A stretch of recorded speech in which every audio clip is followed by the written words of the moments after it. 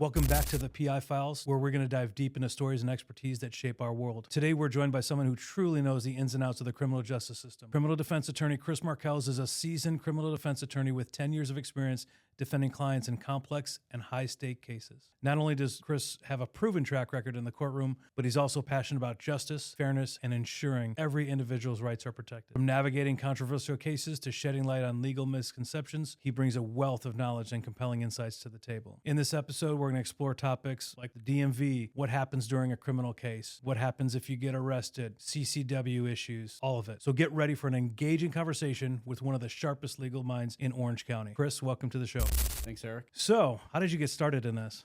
Wow. Well, I think I was probably in like second year of college when I realized that I wanted to go to law school and started to train my mind for that. I worked a little bit when I got out of when I got out of my undergrad to save some money, and applied to law schools all over the country. I got accepted to a bunch, took a road trip to visit them, and came out here and knew that this is where I was going to, stake my claim. Did you start in Orange County, or did you start in another county prior to? I have always lived in Orange County since moving here approximately 14 years ago. And once licensed and insured, I struck out on my own, started taking whatever cases I could find, really, and would meet other attorneys, building relationships, and very quickly started to do special appearance stuff for criminal defense attorneys that I knew. And through that, started to dip my toe into the criminal defense field and really enjoyed it, found I was having a lot of success for it. I had attorneys who I was doing appearances for saying, hey, I just got this offer. I negotiated an offer with the judge or DA, and they were, how did you do that, right? Yeah. And then started doing motion work and started sitting basically second seat at trial and was having a lot of success. And eventually that spun into a lot of referrals coming my way. And so that is kind of how I broke into that area of criminal defense. Why criminal law over the variety of other ones that you can get into? That is a very deep question. I think it's a couple things. On a practical level, there is a lot of work out there for it. There are a lot of criminal defense attorneys or attorneys who do criminal defense work, and a lot who don't do a very good job. And they are there to take a fee and plea out their clients, and they miss a lot. And I really strive to provide the best advocacy for my clients, and doing that work has been what leads to more business and success, but it also kind of fuels me. I think on a deeper level, I feel like my upbringing in the Midwest and where I came from, I saw a lot of it may be injustice in a lot of ways. And so I have this deep-seated sense of what's fair and how things should happen. And so for me, I find a lot of fulfillment in protecting people's rights and defending those people against the state. At 21, when I started my law enforcement career, I didn't think I would be sitting down with a criminal defense attorney, but which is awesome. And obviously, I've known you for years, and we've got a great friendship. Criminal defense attorneys, in my opinion, are the best education for police with testifying and all of it. And I think that sometimes people think it's a game, and sometimes law enforcement is short-sighted and gets the blinders on. And you hear those stories about withdrawing evidence or not including discovery and some of the violations that maybe the other side would do. Have you experienced that in your career? Yeah, absolutely. I have, you as former law enforcement, my paralegal is a former law enforcement, spent 20 years with the San Diego Police Department. I have family that have been in law enforcement. I have a lot of respect for law enforcement, and it absolutely is a great back and forth that I get whenever I meet with anybody who's law enforcement. I have a lot of respect for law enforcement, and I know they have a really tough job to do. But with that, we have rights, and there are laws that govern. And I think good law enforcement that is done well and done correctly leads to the results that we as a society want, right? Suspects are apprehended, charges are brought, and convictions are obtained, and justice is served. But sometimes there is bad law enforcement, as we might say, right? Sometimes the innocent get accused. Sometimes evidence is obtained illegally. Sometimes laws are not complied with, and that can result in a exclusion of evidence. That's part of the job, right? Everyone is entitled to a defense. And if evidence was obtained illegally or in violation of laws, you have a right to raise that issue.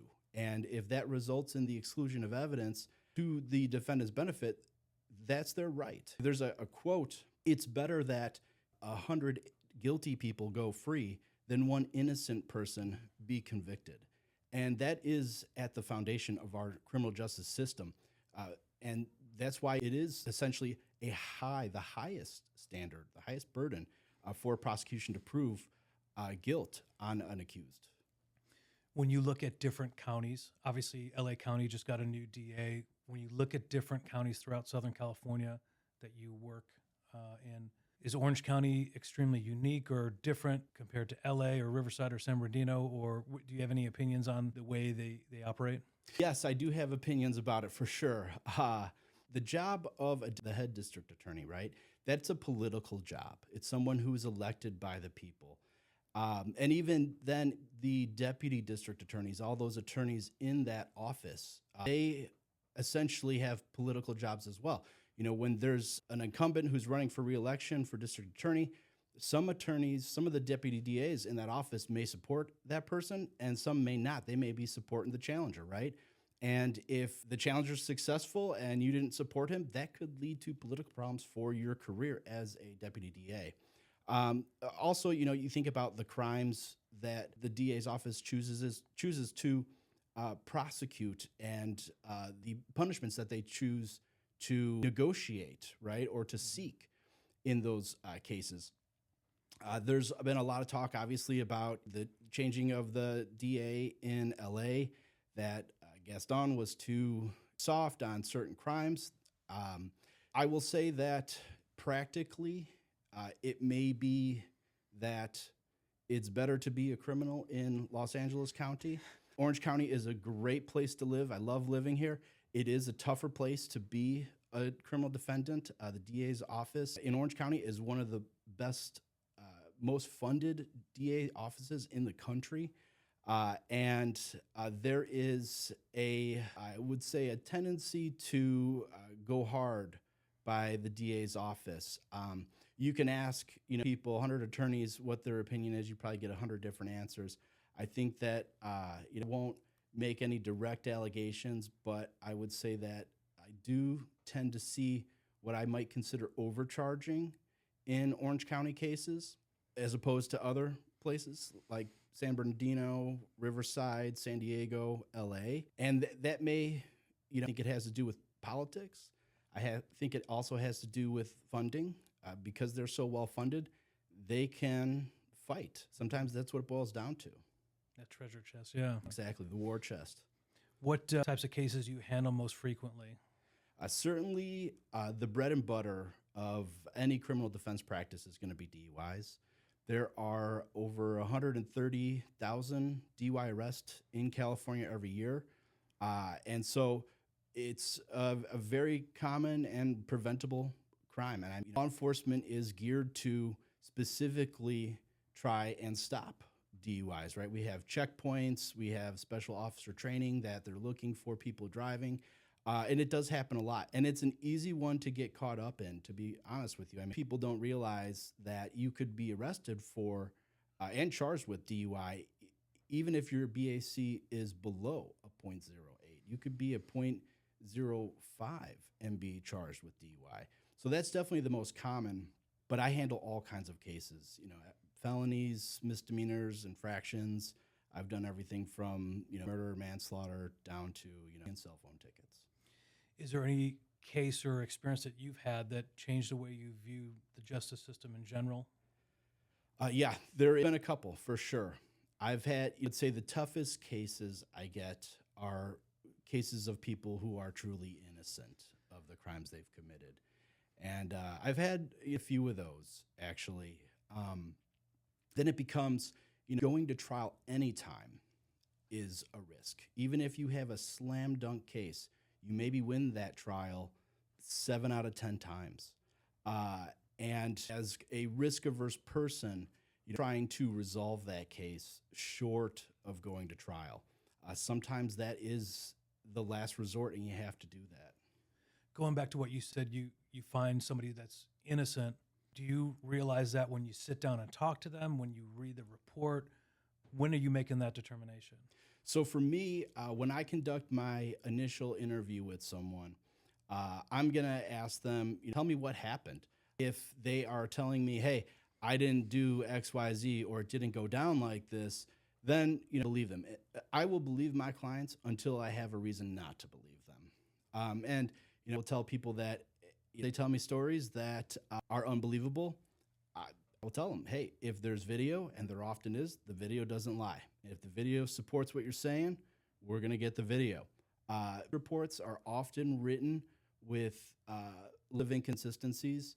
I have a client and we have a police report. I have them review the police reports, and they almost every time they come back and say this is not true. And sometimes clients misremember things, or they've not been truthful with me, and that can come out later too. But I give my clients the benefit of the doubt for sure. I know that a lot of people's perception of attorneys of all kinds is based on TV, movies, things like that. But can you run me through your typical day? What do you, like, from beginning to end? I know sometimes you'll have hearings and things like that, but what would be a typical day for you? Sure. So typically for me, I start my day off with meeting with my paralegal. We go over what we're working on that day. If I have to be in court, I'm usually there by 8:30 when the courtroom opens. If it's a pretrial conference, that means meeting with the or another attorney to discuss case, review discovery, things like that. If it's a motion, trial, something that I think people don't actually realize is how long it can actually take to complete those procedures in court. You could show up Monday morning at 8:30 and say, we're ready for this motion. And the judge will say, okay, have a seat. We'll tell you when the courtroom is ready, right? And so you're going to get sent out to another courtroom when the courtroom opens. Sometimes that may not happen that day, and you've got to sit and wait. Could be waiting all morning, could be coming back the next day or 2 days. I had a case a few months ago. We answered ready for trial, and the DA said that they weren't ready. They technically have 10 days in order to answer ready. And so you say, okay, we're going to trail this for 3 days. Okay, so in 3 days, I got to come back and answer ready again. And so the pace of justice is never as fast as anybody wants it to be, but more a product of, I guess, how well-funded our judicial system is and the availability of courtrooms and judges than it is, anything that I can do. But you're spending time out of your day to go there. Wouldn't it be nice if they sent an email or called you and said, hey, we're not ready, don't come today? Yeah. The common courtesy usually is, with a DA's office prior to say, hey, look, my witness is not available today, so I've got to continue this. And then that way, or if I have to ask for a continuance for some reason, let them know. But sometimes you have DAs, are all different kinds, and sometimes they will let you know. Sometimes they're very professional and courteous, and sometimes they're not. I've had cases where I've spent a couple weeks preparing for trial in addition to all of the work prior. I show up, answer ready for trial, and the DA says, well, we're going to dismiss the case.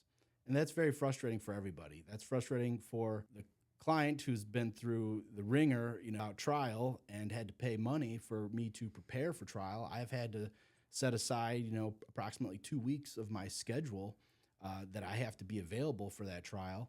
And then I've done all that work. It would be much nicer for everyone if they just, hey, we don't feel that this is a case we're going to take to trial.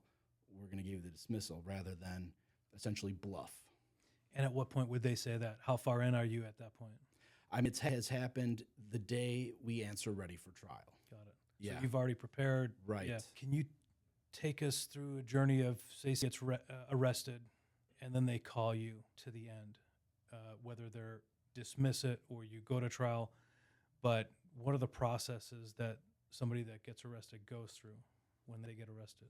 So generally, if someone is arrested and taken into custody, at the point in time they're arrested, a couple things could happen. They could be released without being booked. If that happens, okay, you're out. They could be taken into custody and booked and then released, or they could be required to post bond, or they go be in custody for a couple days, possibly, and then go in front of a judge, have their arraignment, and either released on their own recognizance, or the judge will say this is what your bail amount is going to be. At some point in there is usually when I get contacted. It definitely is easier to defend a case if you're out of custody. I have had clients, and I have clients who are in custody. When I meet with them, that's not a problem. I'm an attorney. I can go to the jail almost any time and ask to meet with my client. I don't have to go just during visiting hours. I tend to try to not go during visiting hours because that's when it's busiest. But visits aren't always that easy because we're speaking through glass. You got to pass documents around through guards, things like that.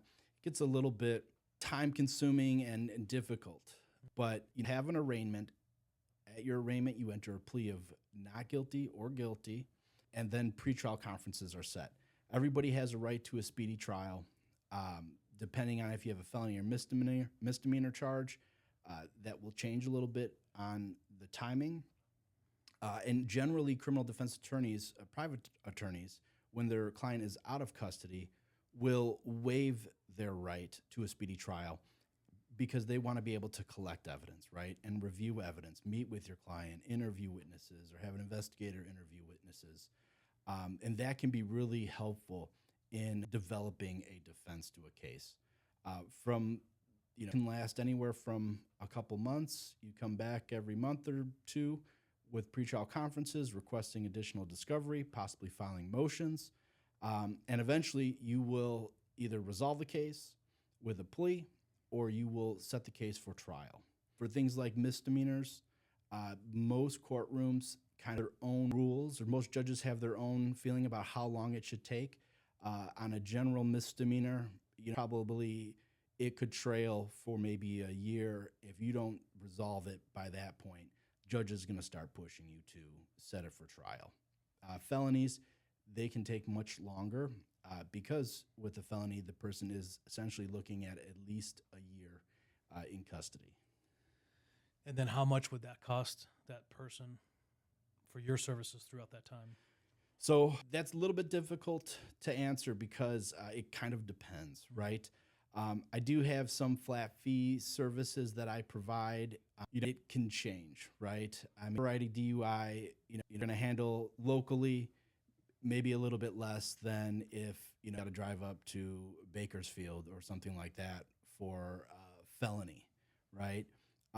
All things that I'm do, but it kind of becomes a conversation of my estimate of how much time is this going to take, how travel, things like that. Are there witnesses?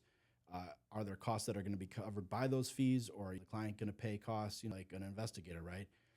If we need to hire an investigator, that could increase the cost. Or I've used private laboratories. I've used our own forensic experts.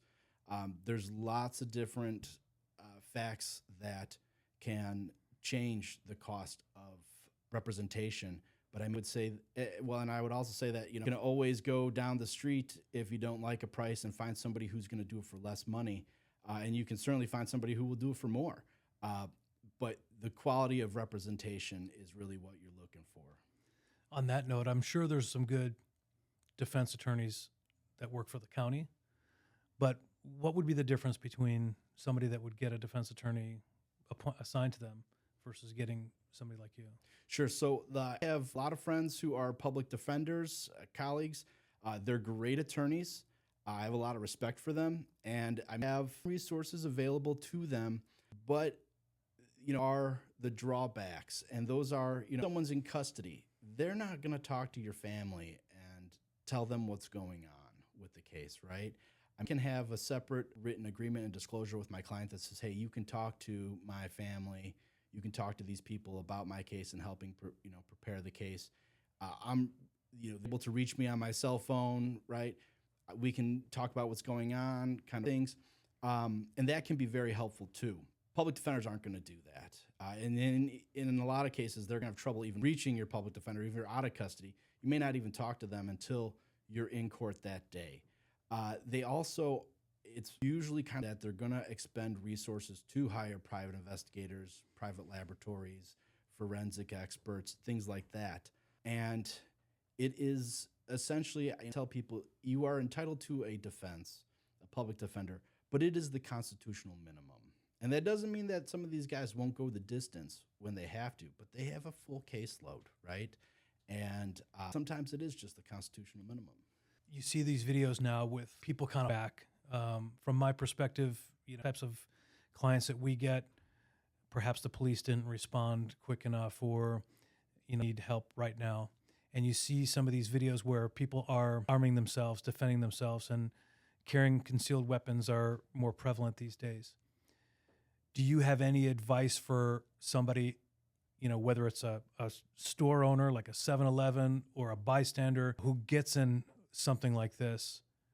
Essentially, if they shoot somebody, treated as a murder, and they're a suspect until it's sorted out, what would you recommend if somebody gets into a situation like that? Well, yeah, a lot wrapped up in that question, Eric. I think just generally, we'll start with, okay, you shoot somebody, right? The obvious, well, I would say, I guess I hope the defense is that it was in self-defense, right? And that it's a clear case of self-defense. If it's not, then you are looking at, right, criminal prosecution as well as civil prosecution. And, we could have a whole discussion about what that takes, right? I mean, you said, like, if it's a shop owner and somebody is shoplifting, can they use deadly force? I would tell you that it's very unlikely that they could, right? Protecting property is not a justified use of deadly force. If your life or someone else's life is in danger, well, then deadly force may be justified.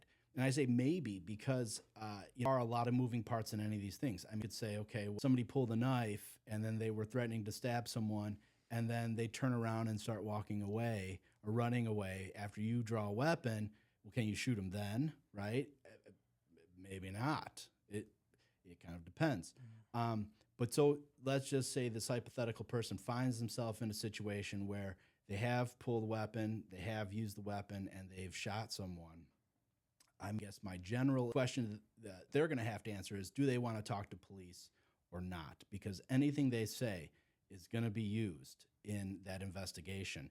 You're right, it is going to be treated as a homicide, at least initially. I would say that if you have a justified use of force, probably a good idea to explain that to police up front so that you understand what's going on, to be a good witness, explain what happened, maybe point out some details of things that they might miss, like, well, you threw the weapon in the bushes over there, right? Mm-hmm. Be a good witness to some extent. Now, in these situations, people, their adrenaline is going, they may not remember everything. I think making a general statement, though, of, hey, here's what happened, here's where I shot this guy, is a good idea. And then you can always tell that officer, hey, before I make any formal statement, put anything in writing, make any recorded statement, I'd like to speak with an attorney. And I think that that's a good idea, because that will also give you a second to take a breath and protect your rights before you start doing anything that could harm yourself or your case. Yeah, what popped up a lot is attorneys and insurance specifically for those types of situations. And I think for some people it's worked. And obviously different states, different regions are a little bit different when it comes to those types of situations as well. But essentially, even if law enforcement gets into a shooting, it's you make a tactical statement, and then from there you're under the gun of the crime, essentially. Yeah, I have some opinions about the insurance. The insurance is, I don't know how much it costs. Maybe it's $20 a month or something. I have no idea. Sure, why not? I've looked at, I think maybe one, like, terms and conditions of like a carry concealed insurance policy type deal. And I wasn't that impressed by it because to me, the way it read was that they were going to conduct their own analysis to see if this was justified. And if it wasn't justified, well, we're not going to provide coverage, which is kind of frustrating because then you're at the whim of carrier who, may be a close call. Yeah. It may not be that it was super clear, but you would still be wanting insurance in that case, and they may not cover it. The other thing I think is if you are considering those policies, looking at how much it will cost, how much they will actually pay out.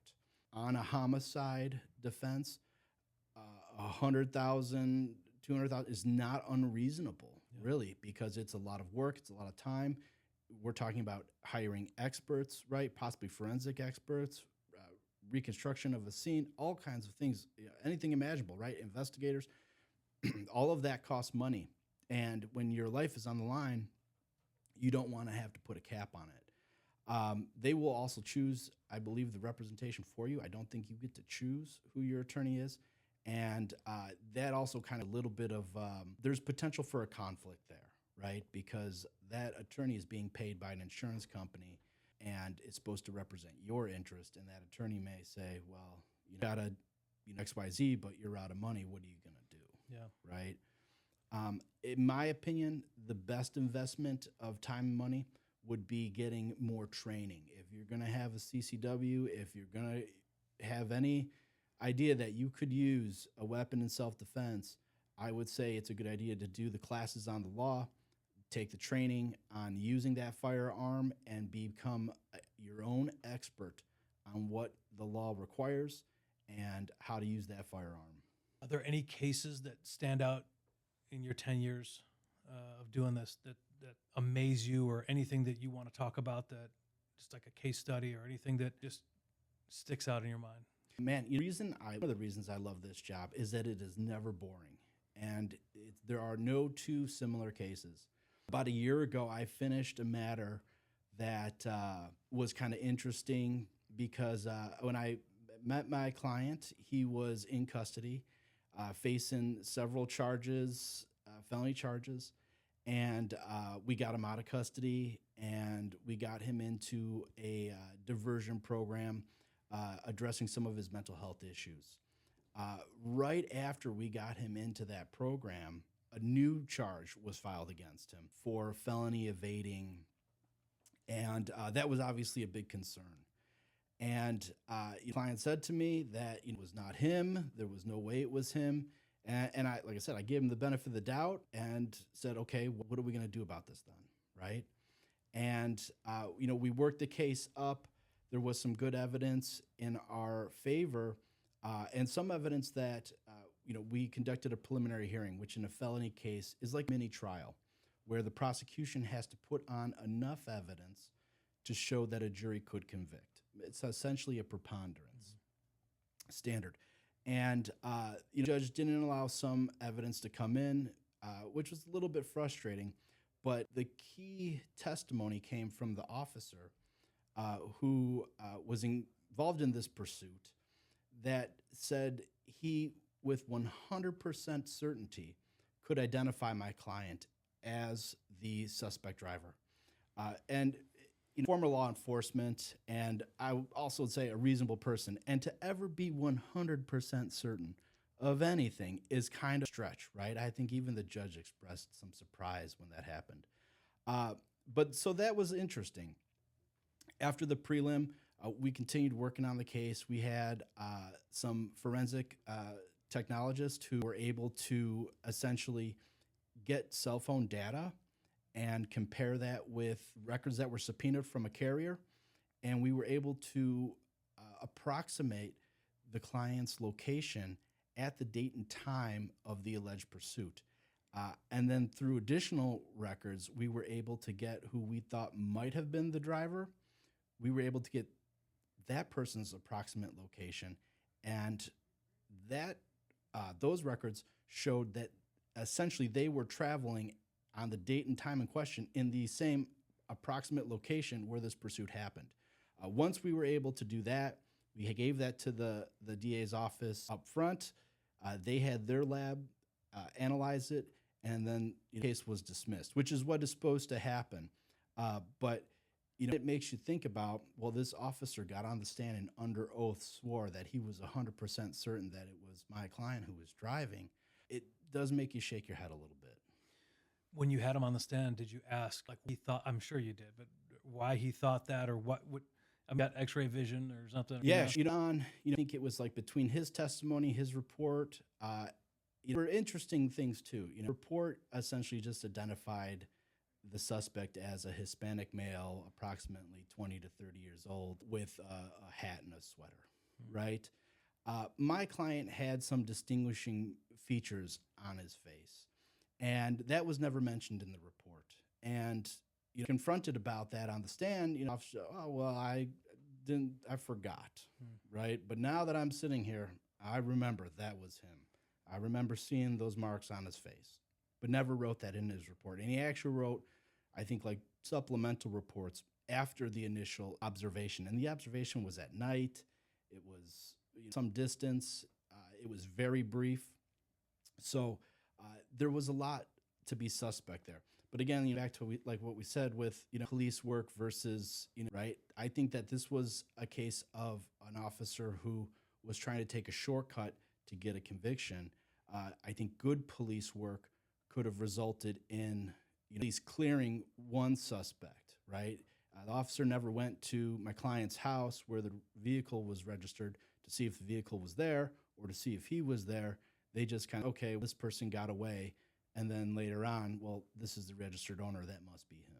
Got the blinders. Are there any times when you have any sort of ethical dilemmas, whether you're initially called for a case or in the middle of it, where you're like, oh, man, just where you're torn between like victims' rights and your client's rights? Or try to, both personally and professionally, I try to keep it above bar, right?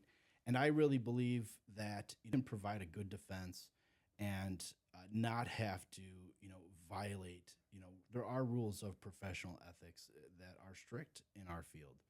Had clients who maybe have told me one thing and then tell me something else, right? And then it becomes, hey, I have a professional obligation not to put someone on the stand who I know is going to lie. And so I would never put client on the stand knowing that they're going to tell some wild lie and let them lie to the court.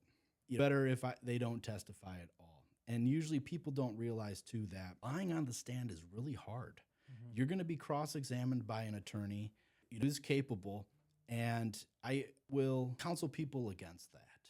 There are a lot of cases where people have not honest with police in the initial investigation. I can't tell you how many times he says, oh, I've had 2 drinks, or I haven't drank at all. And then their blood alcohol comes back with measurable amount of alcohol.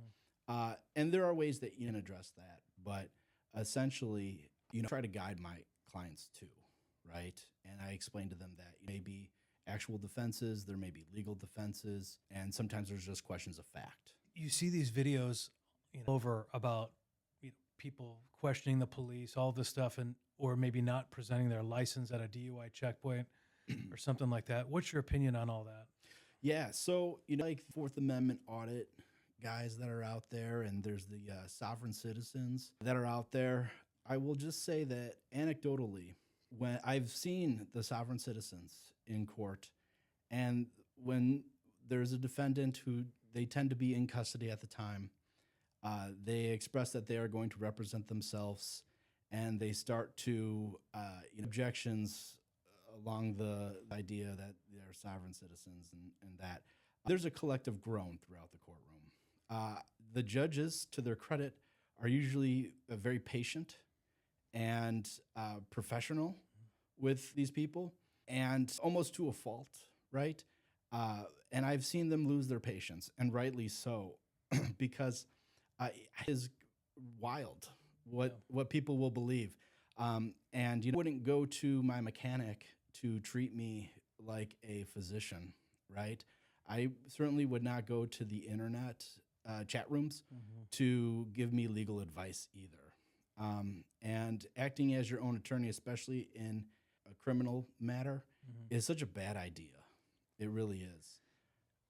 Yeah. Then you talk about, the police procedure and how people are responding. There was a case with a professional football player down in Miami, and it was unique how he was reacting to being pulled over and things like that. And it's like, man, it was game day, and it could just be a lot better if everybody has an understanding. And Yeah, sure. You are driving and you're stopped. Yes, you do have to produce a driver's license, at least in California. If you're just walking down the street and you haven't done anything, you don't have to have that contact with police unless the police have a reason to contact you, right? And if they start to contact you and you continue to walk away or say, I would like to go on my way, I have no interest in speaking to you, that's your right. Yeah. But if they insist and they detain you, or they stop you, and you can ask, well, why am I being stopped? Then you may have to comply a little bit. You think the case with the football players an interesting one because I think there is like a practical issue of policing, right? Like I think that police officer probably could have did a better job of handling the situation. And the circumstances on the whole of what was happening there and what their job is to do there probably could have been handled a little better. But also, if it's something where the officer says, hey, your window down because I can't see you, right? I mean, then there's a question of the officer has a right to safety. And if you continue to put your tinted windows up and he can't see what you're doing inside there, that's a valid reason then to say, hey, well, then if you want, step out of the car, right? Yeah, like there's that common courtesy on both sides, and that law enforcement officer should know. It was a pretty popular player. Hey, there's a Lamborghini with a guy going to the stadium. On game's game about day. about to start. He's going to the tunnel where the players are parked. Yeah, but both sides should have been right. It doesn't excuse any reckless driving. It doesn't excuse not producing a license or roll up his window. And he says, oh, well, I don't want to draw a crowd and this and that. Well, it's like driving a flashy car and you're speeding around. We weren't worried about getting anybody's attention then. So it can be difficult situations, but it can also be handled with a little more tact by both people. When you look at like media and the coverage of criminal cases, has it affected you at all in your career? Especially you've got all this true crime stuff going on. You've got all these documentaries and all this. Perhaps your jury's thinking they're an expert in everything. One that comes to mind first is like the Menendez brothers and that case, like a Netflix movie now or miniseries and documentaries, and it was in, wanted to them or consider resentencing and all of that. And I think if anything for me, what it most reflects is again the politics of it all, right? We have two guys that shot their parents while they were asleep with shotguns, went outside, reloaded just to make sure that they were dead, and then got sentenced to life in prison for it. And now because you have celebrity and it's the re-election going on, now all of a sudden the LADA wants to say, okay, we should reconsider that. To me, it looks like politics. And I can't say that I know all of the cases of everything that happened. I recently watched the miniseries, and to me, I was like, well, violated the first rule that I tell all of my clients is don't talk about your case, right? Don't talk to anybody about this case. Don't put anything on social media. Don't post or blogs about it, right? Because any of that stuff can be used against you. And I've seen that happen. You've seen the investigations where DOJ is all through social media to get who you are friends with, what comments have you posted on, what you've liked, what you've posted, going extensive social media searches to put together a case against people. And so, police work will do that, right? Or a good investigative process will do that. I'm not a huge fan of the true crime genre because in a case, there are always two sides. There's always a lot there, and it can be slanted reporting, right? But I do think it is interesting the sleuths and the power of the internet to kind of that job of investigating, photos and finding locations. People with amazing skills And some very interesting cases have come out of it. So, yeah, it's a new era that we live in of the internet age, and it's exciting. Yeah. Is there any sort of advice you'd give to somebody interested in pursuing a career in criminal law?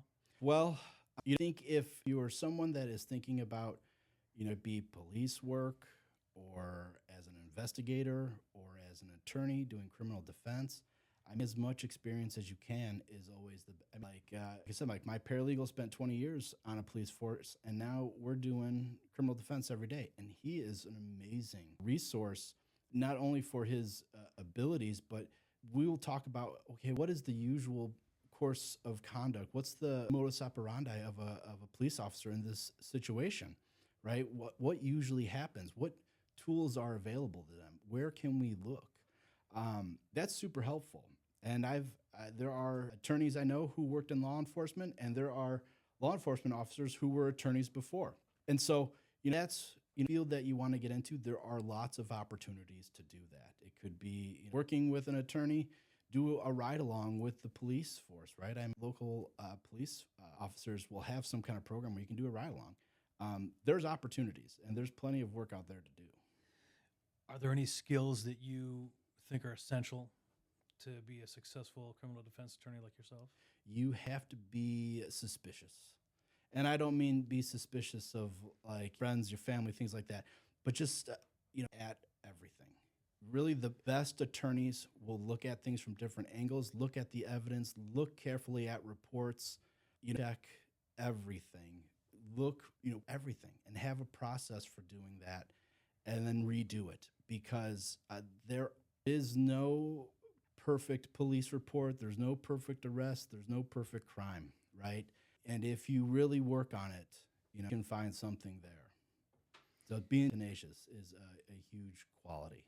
Is there, I know we've mentioned some of your cases, but is there anything else you're proud of? I know you talked to me before about a DMV decision that you recently were able to obtain that's going to affect a lot of people.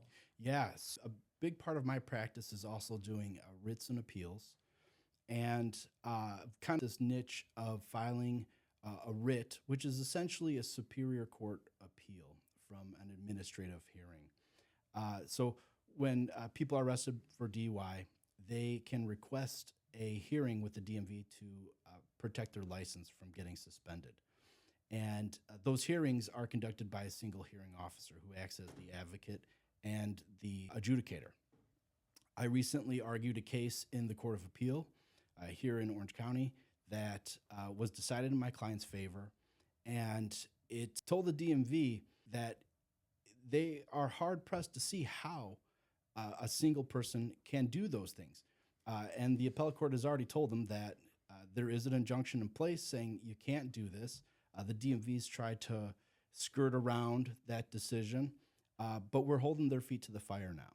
And that decision is being considered for review by the California Supreme Court. I think we'll probably know in a couple months whether it does get reviewed. The decision is published as of today, so it is good law, and it's being cited by a lot of Superior Court judges in these cases against DMV, and it's being used to award attorney fees. So that's been a huge tool to move this ball forward in protecting our clients' rights. So to break it down, you get arrested for a DUI, you get your license taken away right off the bat, and right? So when you're arrested for DUI, you'll be given a form that says that in 10 days, your license will be suspended unless you request a hearing. If you don't request a hearing, your license is going to be suspended. For how long? It's at least from that point, it's 4 months on a first DUI. If you refuse a chemical test, it could be up to a year, okay? There's a whole nother conversation that we could have about what's better to do when you're arrested for DUI. But essentially, you're facing a suspension out any further action, even if you're innocent of DUI. So what my office does is when we're retained, we immediately request that hearing with the DMV. And oftentimes those hearings are they're violations of due process because they are unfair. And that's what we do is then file those writs and fight the DMV on those cases. So essentially, that DMV hearing officer is representing the DMV, but then also kind of judge as well, or Right, yeah. The DMV is a party to the hearing. The hearing officer is an employee of the DMV. They're there to present evidence on behalf of the DMV, to essentially be an advocate for the DMV's case, and they're tasked with deciding whether the DMV has satisfied their case, so whether they've even satisfied the case. It is a bizarre circular reasoning that the DMV has employed to get to this point, but the courts are taking notice. And I believe a year from now, it's going to be a very different system that's in place. and that's helpful for people in California, because this is not a walking state. This is drives in LA is what they say. Yeah, yeah. I mean, a lot of my clients rely on their license either for their employment. They might be commercial drivers who, if they lose their license for any period of time, they're losing their employment. And then even just practically, right, like you said, it can get expensive to be having to take a cab everywhere. So to wrap this all up, how can people get in touch with you? What counties do you serve? Obviously, you do criminal defense. Can you let everybody know what's the best way to get a hold of you? Sure. A call is always great. Calls and text messages to my office line is 949-654-8831 is a great way to get a hold of me. Usually available. And if you don't pick up personally, I will get back to you soon. That's probably the best way to reach me if you have questions or there's been a criminal charge filed. And always earlier is better. If you wait too long, if you sleep on your rights, there's not a lot that we can do. Well, thank you very much. I really appreciate it. This was good. Yeah, Good. thanks for having me. It's been a pleasure talking with you. Absolutely.